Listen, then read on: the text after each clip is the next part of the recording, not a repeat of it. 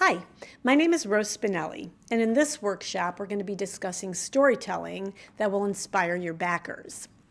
Now, if social media is the brains of the operation, telling your story is all about heart. Crowdfunding works because it's about people sharing their story to those who have shared values. So don't be afraid to make it personal. Your task is to enliven and inspire your target audience by starting from a place of passion. Now, passion is a word that's used a lot in crowdfunding, and for good reason. Sparking and spreading your passion happens when you succeed in describing how your unique project will somehow make the world a better place. Now, the good news is that this could mean many things, which we can see by the expansive variety of crowdfunding projects out there in the world. But the successful ones all share one ingredient. They tell a story that captured our imagination and caused us to pull out our credit card to help and be a part of that solution. Here's an example of some great storytelling in the classic sense. The campaign is called Good Spread Peanut Butter. As you read the narrative, take note of how they tell their story. It's as if they're characters in a hero's journey. You have the protagonists. Our heroes are two guys who are contacted by an organization that saves lives. They decide to help by traveling in a Winnebago to spread the good word. And you have the antagonist. Here the bad guy is malnutrition. Then you have a conflict. Their Winnebago explodes and stops their work. And finally, the moral of the story, good wins over evil. The guys decide to start their own company, Good Spread, which makes peanut butter that's natural, it's convenient, tastes good, it's nutritious, and by all accounts, it's completely righteous. Why do I say that? Because they raise their money. In crowdfunding terms, we love the fact that these guys put in a lot of time and energy and sweat equity before they ask the crowd for help. By doing so, they've really built our trust, which is paramount. Now, not every campaign has the components of a classically good storytelling, but that's okay. Here are the key elements you need to nail no matter what your project is about. So let's look at these messaging elements and how one project decided to create them. Now, give thought to your title and make your words count. Like all good titles, this one informs using few words. It's called Ricefield Collective Knit for Life. It's catchy and it's pretty straightforward. They didn't try to get overly fancy. A short description usually goes beneath your campaign, and it must be very brief. Here's how this one reads. Ricefield Collective crafts handmade knitted accessories that keep indigenous people on their ancestral land. Any questions left unanswered in this one? Nope. In your bio, plan to touch on your background, your professional experience, and your passion as it relates to your ability to execute your campaign goals. Now read how seamlessly this project creator handles this. She touches on her childhood spent in the Philippines, which essentially makes her an expert. She tells us she went to Harvard and then got an MFA in visual arts, where she spent a lot of time knitting. And during her PhD studies, she tells us, is when she decided to combine her past experience and skills that inspired this crowdfunding campaign. Now that's all we really need to know. Perk descriptions. These should be clear and hopefully have a theme that's aligned with your project. In this case, it's knitting. Sometimes people create catchy titles for each perk, but as this one proves, it's really not necessary. Do it if it feels natural to you. And if you're stuck or uninspired, it's a good idea to look at how other campaigns worded their perks. As I talk about in Perfecting the Pitch Video workshop, your narrative and pitch video should work together so that between them, you've filled out the details of your project. There's an endless array of ways you can tell anyone's story, so don't feel boxed in.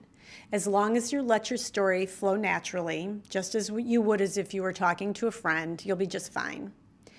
But as you read this, I want you to notice how this project creator fully informs between her video, bio, and her narrative pitch, which does a great job at telling her very simple story. Remember, people are gauging whether your idea is something they feel connected to on some level. And you'll achieve that connection best by being open, honest, entertaining, or at least engaging, and transparent in your spending plans. This project manages to do that. She also includes an FAQ page, a great idea to ensure positively that you've addressed all concerns as thoughtfully as possible. So let's talk about the perceived obstacles to good storytelling and what you can do to turn them around. My project doesn't have a story because I'm pitching a product. There's a reason most news stories begin with an anecdote about every man, with a name, a face, and a history. It doesn't matter what the story is about. The writer brings us in by introducing a person. Maybe he overcame an adversity or succumbed to one. Maybe he was a hero or a villain. Whatever the case, that person drew you into the truths of what the story was really about. Your campaign has a history too. It doesn't have to be exhaustive, just enough to humanize you and make your readers want to keep reading. Does that sound hard? Well, ask your friends to talk about your process with you. See what comes out of it, and then write your narrative like you're talking to one of them. Now, if you're just beginning, consider starting a journal so that you won't forget. My resume, myself. All right, when it comes to asking for money, we feel a strong urge to defend our accomplishments, to feel worthy recipients. And there's some merit to that belief. But unless your project is about your plan to climb the Himalayas, don't lead with what a perfect specimen you are. As noble as your gesture to fully disclose your credentials may be, your readers will get bored because you've taken them out of your real story.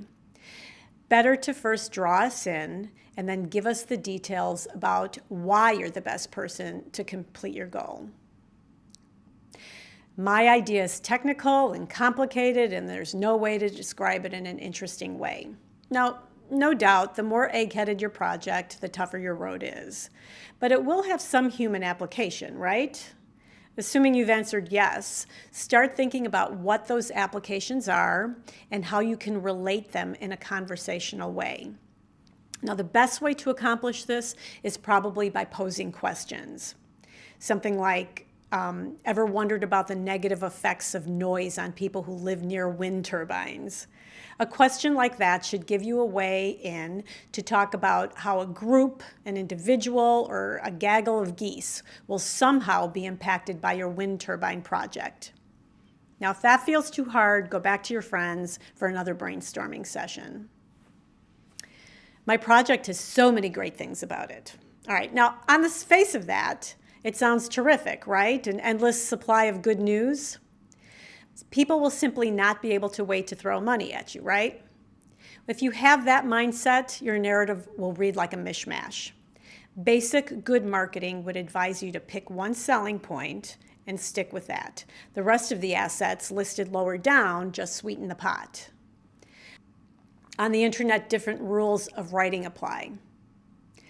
Now, maybe you won't get comments about how your story is a mess, but people will think it, and they'll think badly of you for it. Worse, they'll give up on you.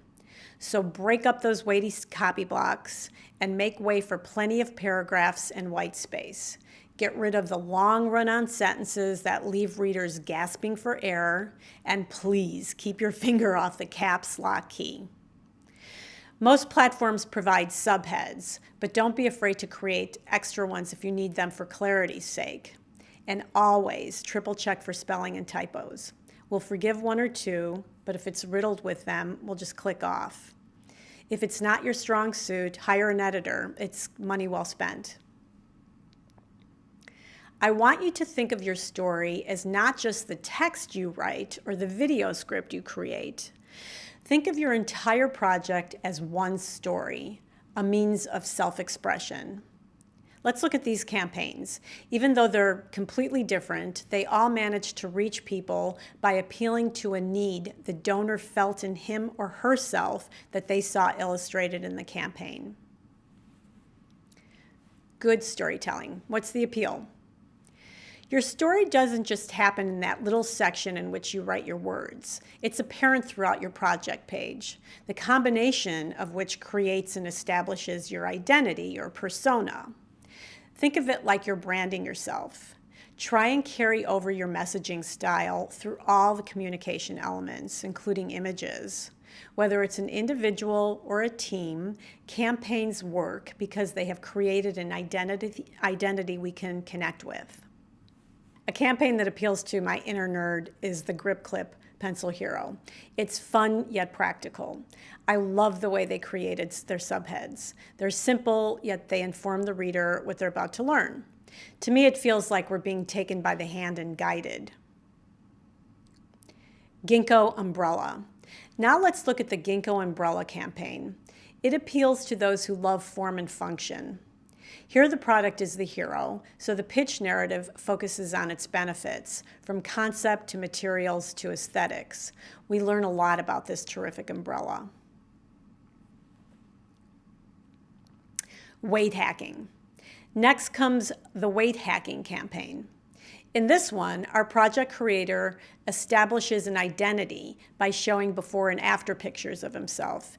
This certainly won over those who wanted to lose weight, but it also appeals to those who appreciate getting to know this man, the journey he's been on, and the fact that he wants to help others achieve their weight loss goals. As an aside, Craig Engler, the project creator, did not use a pitch video. He told me later he regretted that and was sure he could have made much more money if he had. Business masking as philanthropy. Unfortunately, sometimes people use charities as a front for their true intention, to raise money for profit.